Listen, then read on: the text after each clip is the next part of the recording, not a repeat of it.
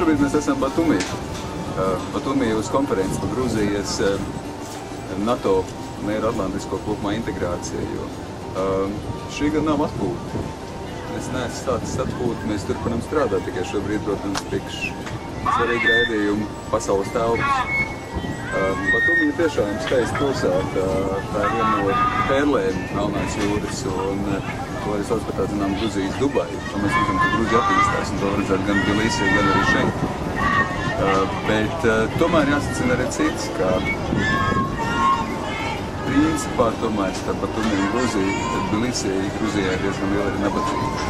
Tā kā nevar teikt, ka Batumī tā ir, tā pilnīgs Gruzijas atspoguļojums. Te ir arī skaistās ēkas, kas ir uzbūvētas, un, protams, ka lielās viesnīcas ķēdes nāk iekšā.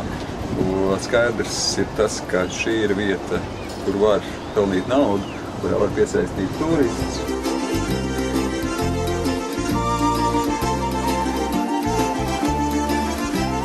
Pasaules telpa ir ieradusies tajā daļā, kas ir Grūzija aiz mākoņiem.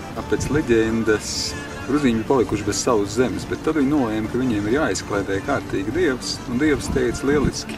Es grūzīņu tautai gribu iedot to zemes daļu, kas ir bijusi domāta man pašam.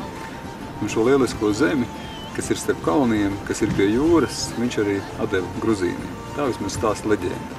Lai gan vienlaicīgi šī zeme nav nemaz arī tik vienkārši politiski, jo tā ir bijis tāpat kā mazā Latvija dažādi lielvalku krustcelēs, gan Otomaņu impērija, gan Persijas impērija, gan beigās arī Krievijas impērija, kas tepat ir aiz kalniem, kādi 10–15 kilometri.